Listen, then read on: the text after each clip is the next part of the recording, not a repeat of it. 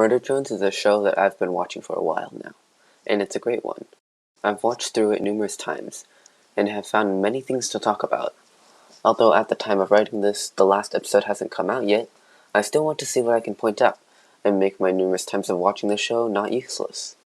I'll be pointing out almost everything that I find, and in this overanalyzation, I won't be discussing about the lore all that much.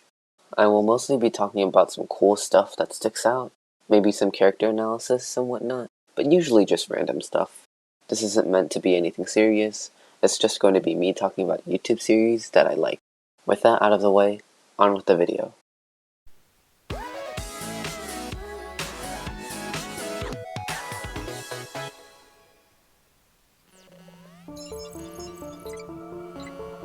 We are worker drones, autonomous robots. This intro to the show gets a lot of information across really quickly. It's really good and conveys everything that you need to know with a quick exposition scene. We see a crescent moon here in the background, despite showing a full moon for any other scene. I love how this guy is just taking pictures while this poor worker is being crushed into bits by this grinder here. In this small map that goes across our screen for a few seconds, it actually shows the existence of 3 celestial bodies orbiting the planet, but we only ever see the Saturn-like planet and the moon, which goes around the planet together. Uzi says, With biological life wiped from the planet. but then we get to see trees later, so that doesn't really make sense, and as well as the fact that Uzi kind of can grow organic parts out of her as well.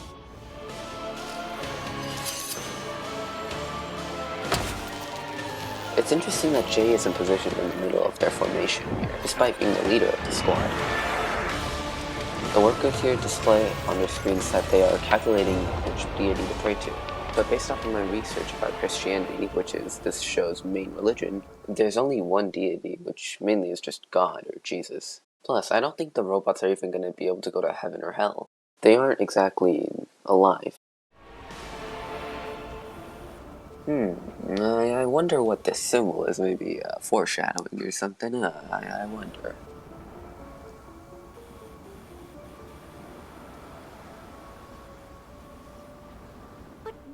The amount of things that are on this slides is great.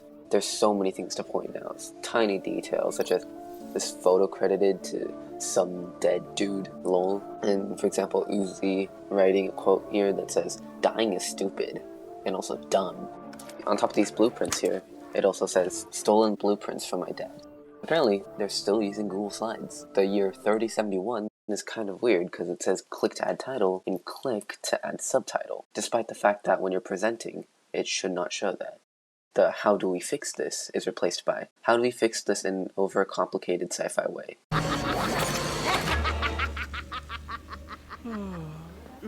The keypad to this door here only has 9 spots for numbers, so it either doesn't contain 0, or they have a different locking mechanism. And weirdly enough, a 12-digit keypad appears later in the episode, so weird why that would be the case. Word problem about buying watermelons? Okay, so you say watermelons here, but how would any of these drones know what a watermelon is? I mean, clearly the extinction event happened before Uzi was even alive, so how would they even know about this? And even if Uzi was alive at the time, then I don't think she'd even remember anything from back then, let alone there being watermelons on Copper 9 at all. It is odd.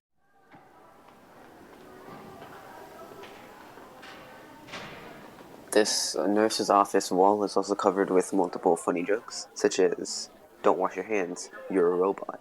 Or, on this poster that asks, "What hurts?" One of the items is, "The existential dread of being a sentient machine created by gods that abandoned us." Or this one that says, "Stop, drop, reflect on why you deserve this." These 3 lights here are also found on Uzi's bed later in the episode, so they could be a sort of charging port maybe for any robots that are out of battery. Bet you didn't know what the WDF stood for, cause I didn't until like my 5th watch through or something. It stands for Worker Defense Force, by the way. This poster here also has a funny quote where Khan says, "Doors are my real daughter," and "What do you mean that doesn't make sense?"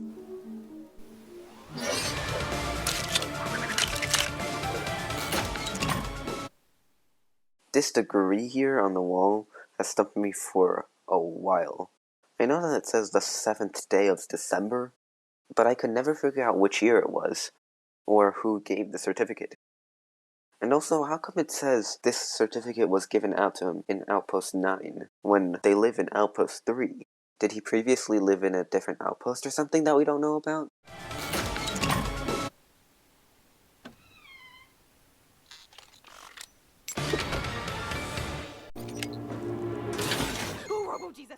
This is the one and only time that Robo-Jesus is mentioned. God is mentioned multiple times as well, but Robo-God is also only mentioned once. I want to join the WDF and hide behind doors like cowards while playing. There's a little bit of clipping on Khan's fingers here as his hand moves in and out of the fur. Man, no mustache Khan is so cursed.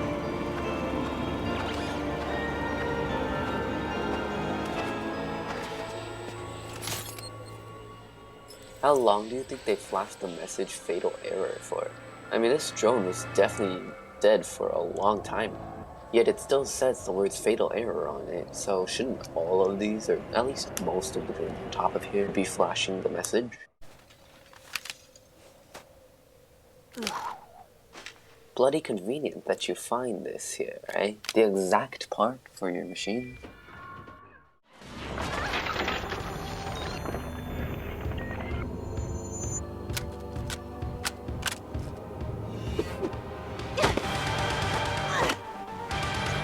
Whoa, and they said pirating all that anime was useless.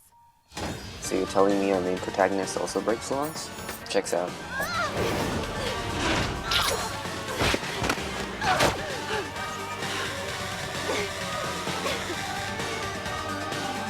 There's this funny gag here in N's display where it says claw armor detected. But seriously, how did Uzi get over there?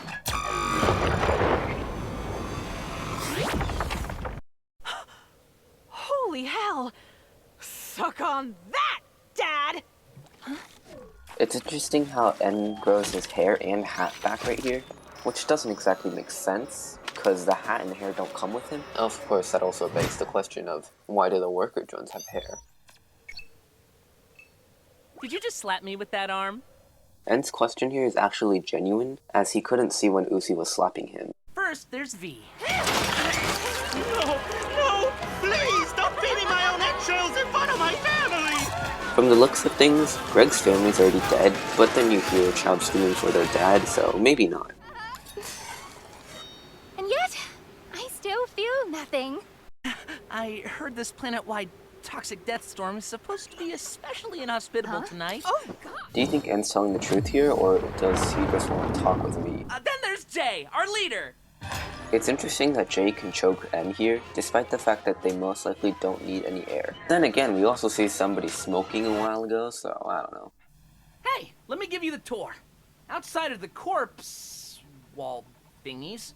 In here. N's phrasing here is a bit weird, as he says outside of the corpse wall thingy instead of outside is or are the corpse wall thingy. And yes, I am this nitpicky about grammar. You can ask my friends. They know.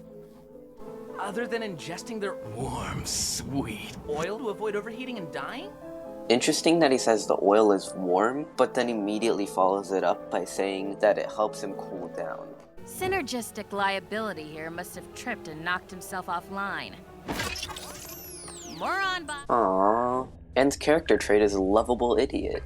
If you plug in these coordinates onto a map, you'll find that they point you to southern Louisiana. You can see here that the absolute server commands were blocked by Sin, who is V, N, and J's admin. Bite me! Close it!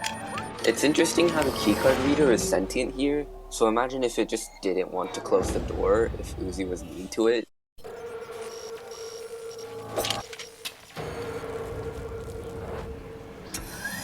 Okay, so this is just bad design. Khan made it so that if this thing was stabbed, it wouldn't make it so that they were shut tightly. No, instead he made them intentionally open. Actually, it's gin rummy. So, I've done some very limited research on Gin Rummy, and what I've learned from websites and YouTube is that Gin Rummy is a 2-player game, so N assuming that it's just regular Rummy makes sense. So just shut up, Todd. The person here that says, Hey, Uzi, I sure no one has said my name aloud so far, so I'm just letting you know I'm... this guy's name is Braxton, but he starts pronouncing an R sound here, so is his name pronounced Raxton or something like that? I guess we'll never know. Pretty nice hydraulics, huh? What have you done? Okay, Con, it took you over 11 minutes to grab out a fresh pack of cards. Like, how? And how did you not see the damage and destruction that's already in front of you? Are you just so focused on talking about hydraulics and picking your fingernails that you don't even notice? Behold, One-Eyed XN. His only other appearance is in episode 7. Whoa, and? Am I dreaming or... So how did both V and J not detect that there's a worker getting thrown across the room? I guess she really does have plot armor. Way to go, stud. The company's gonna love... Jay says a few interesting things here. First, she mentions the fact that there are multiple colonies and multiple teams of disassembly drones, but we never see any more colonies or outposts. And the same goes for the murder drones. Jay kinda just stands here for the better part of 10 seconds, kinda just waiting for N to change sides.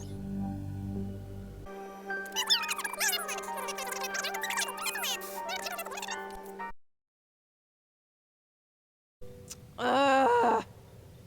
In the same way you're about to fix it? I love doing anything.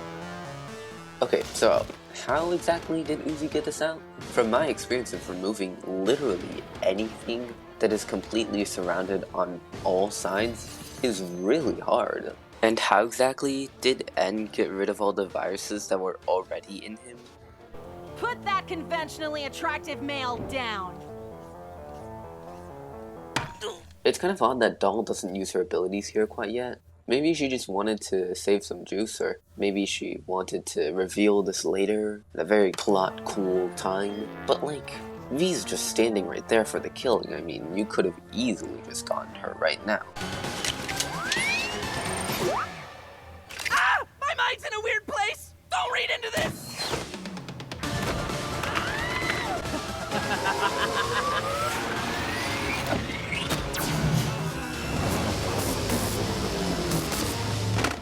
So how come these disassembly drones never use these EMP devices ever again? It would have been really useful in the chase for Doll, and probably Alice, and probably the Sentinels.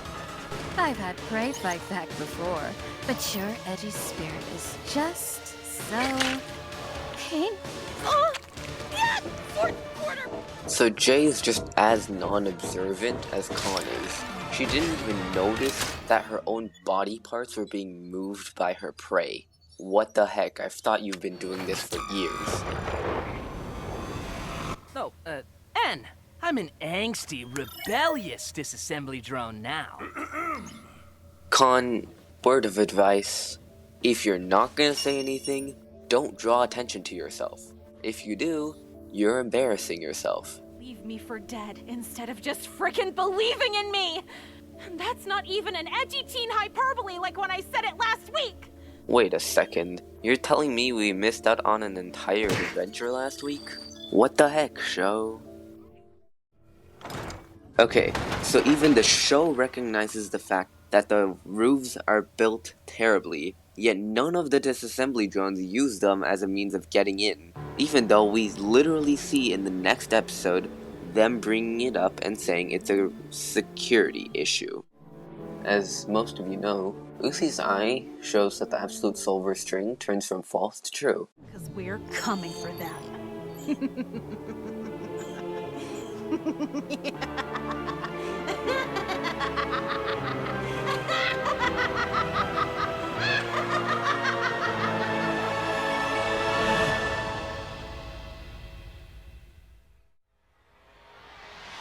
So yeah, that's a wrap on episode 1 of Overanalyzing Murder Drones.